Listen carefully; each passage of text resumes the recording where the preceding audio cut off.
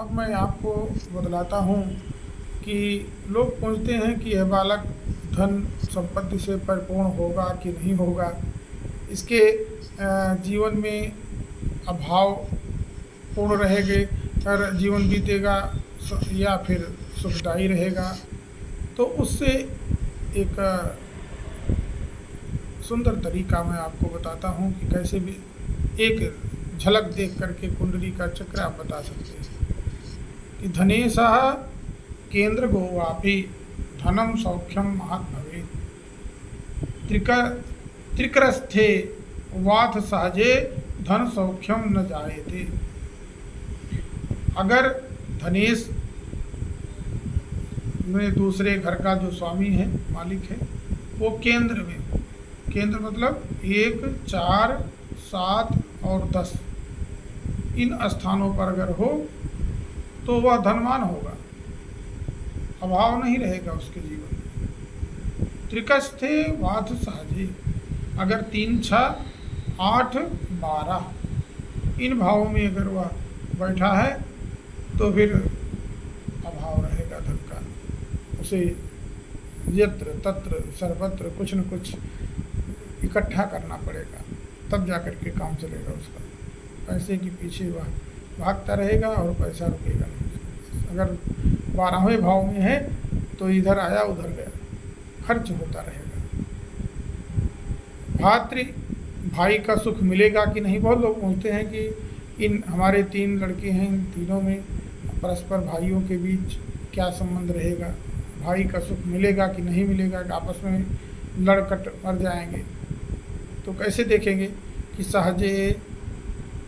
सहजाधीशे भातृसौख्यम प्रजायते केंद्रेपि तद्बाहु ज्ञेयं त्रिकस्थे च शुभम भवेत। अगर तीसरे स्थान का भातृभाव का मालिक स्वामी 6, 1, 4, 7, 10 इन स्थानों में पड़े तो भाई का सुख उसे मिलेगा, लेकिन 3, 8, 12 इन स्थानों में पड़े तो भाई का सुख नहीं मिलेगा। तृतीय भाव में अगर शनि बैठ जाए, मंगल बैठ जाए तो भातृ का नाश करता है। मंगल अगर बैठ जाए तो वह सबसे छोटे लड़के का नाश करता है, और शनि बैठ जाए तो अनुज का, यानी उससे छोटे, जिसके बैठा है उससे छोटे भाई का नाश करता है। अब हम देखते हैं कि चौथे भाव में माता का सुख मिलेगा कि नहीं मिलेगा, घर का सुख रहेगा कि नहीं रहेगा। उसके लिए देखिए कि शनि भौमक योर मध्य यदि तिष्ठति चंद्रमा तदा मातृभयं विद्या चतुर्थे दशमे विदुः। क्या कह रहा है कि यदि शनि, मंगल और चंद्रमा, शनि मंगल के बीच में चंद्रमा अगर चौथे स्थान में हो जाए तो माता को सदैव कष्ट रहेगा, और 10वें स्थान हो तो पिता को कष्ट करें। और यदि चौथे स्थान का मालिक केंद्र में पड़े और 1, 4, 7, 10 ये केंद्र है, इनमें पाप ग्रहों से युक्त अगर हो तो फिर माता का सुख नहीं मिलेगा। अगर पापी नहीं, ग्रह नहीं है, पापी ग्रह नहीं बैठे हैं तो माता का सुख प्राप्त होगा, अन्यथा नहीं। अब हम विद्या और पुत्र के भाव का फल आपको बताते हैं कि विद्या और पुत्र के भाव का जो फल है वो कैसे देखा जाएगा। सुतेशः सप्तमे यस्य तस्य गर्भो विनश्यति अन्ये यत्र यदि पुत्रेशः सुखम त्रिकम विहाय वा। यदि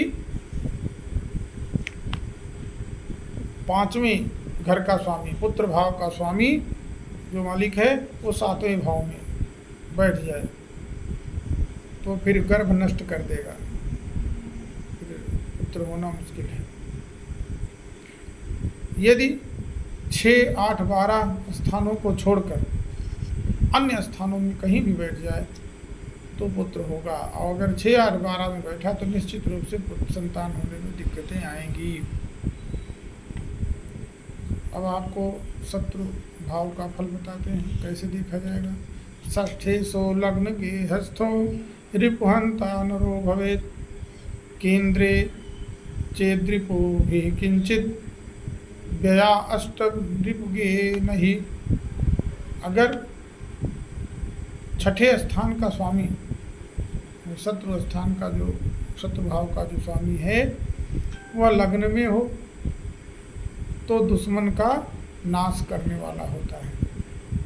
यदि वह केंद्र में हो तो दुश्मनों का भय अधिक बना रहेगा, और यदि 6, 8, 12 इन भावों में हो तो दुश्मन नष्ट हो जाएंगे। और यही नहीं, मामाओं को भी नष्ट करेगा। मामा और दुश्मन का एक ही घर है और एक ही तरह से विचार किया जाता है। मामा और भांजे का रिश्ता बहुत मजबूत तो नहीं माना जाता, कहीं कहीं जितने भी मामा हुए हैं अक्सर उनका यही भाव रहा है। तो विनाश ही कारक, कंस मामा को देख लीजिए, शकुनी मामा को देख लीजिए, ऐसे ऐसे माहिल मामा को देख लीजिए, सब ऐसे ही हो। तमाम उदाहरण इतिहास में हमारे भारतीय संस्कृति में मिला हुआ है। स्त्री के बारे में विचार करना बहुत ज़रूरी है, क्योंकि स्त्री जीवन संगिनी होती है, मृत्यु पर्यंत साथ रहती है। सप्तमे सा केंद्र गोवा पित्तादि विकारवान और स्त्री सौख्यम च विजानीयात भातृभावान धनवाप नमात।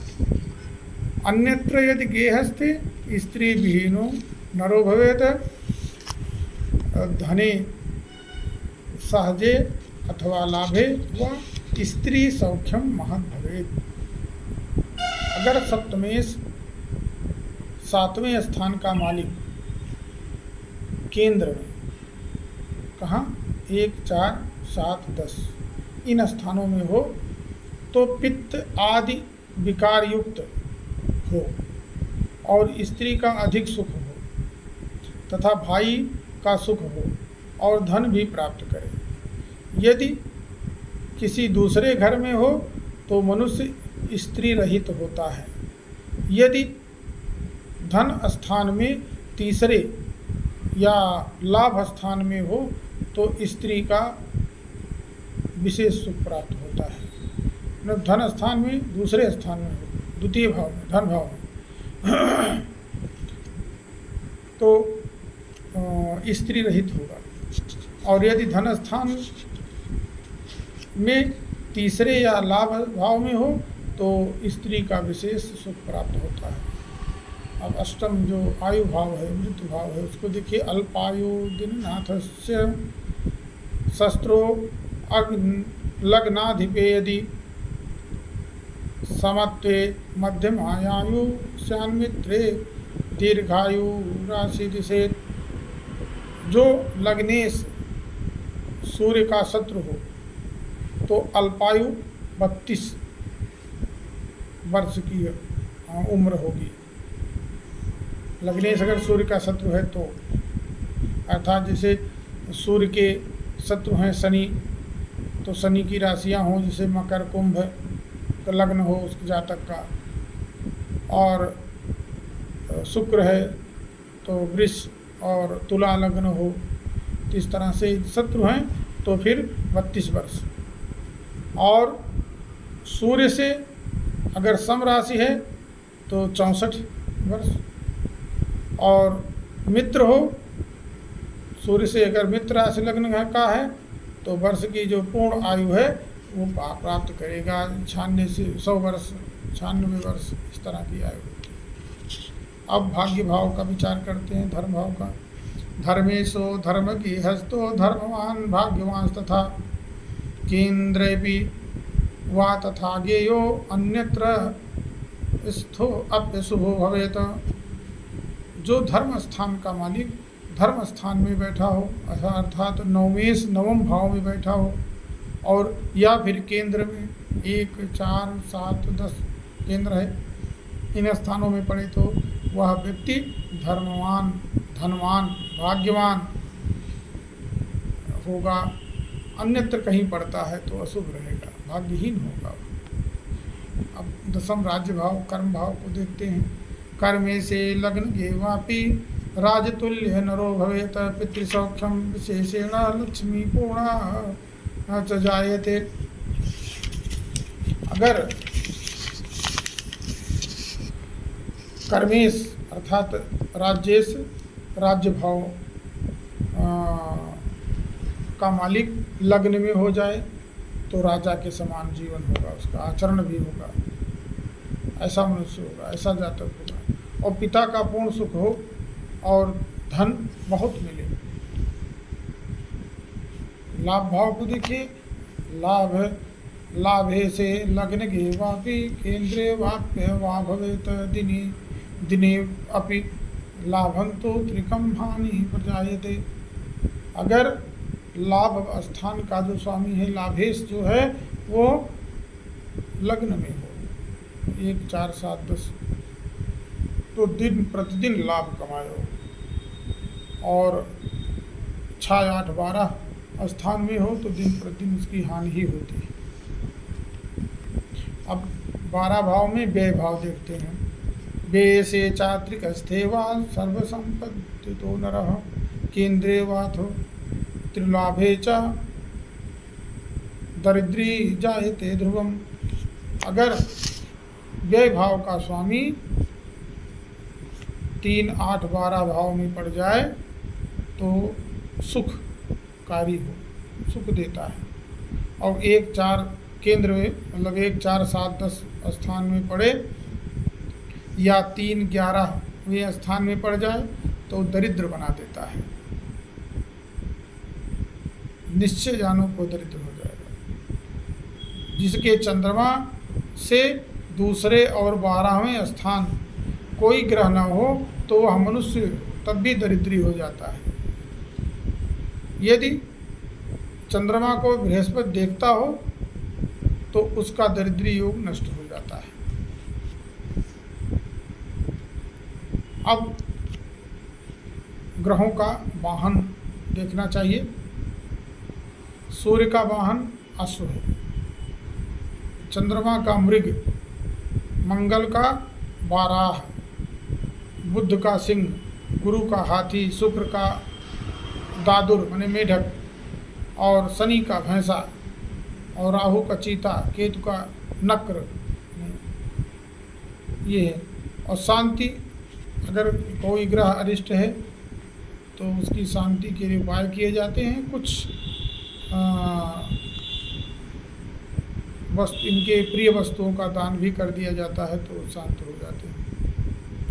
अब जैसे सूर्य का माणिक्य रत्न होता है, चुन्नी, और चंद्रमा का मोती, मंगल का मूंगा, बुध का पन्ना, बृहस्पति का पोखराज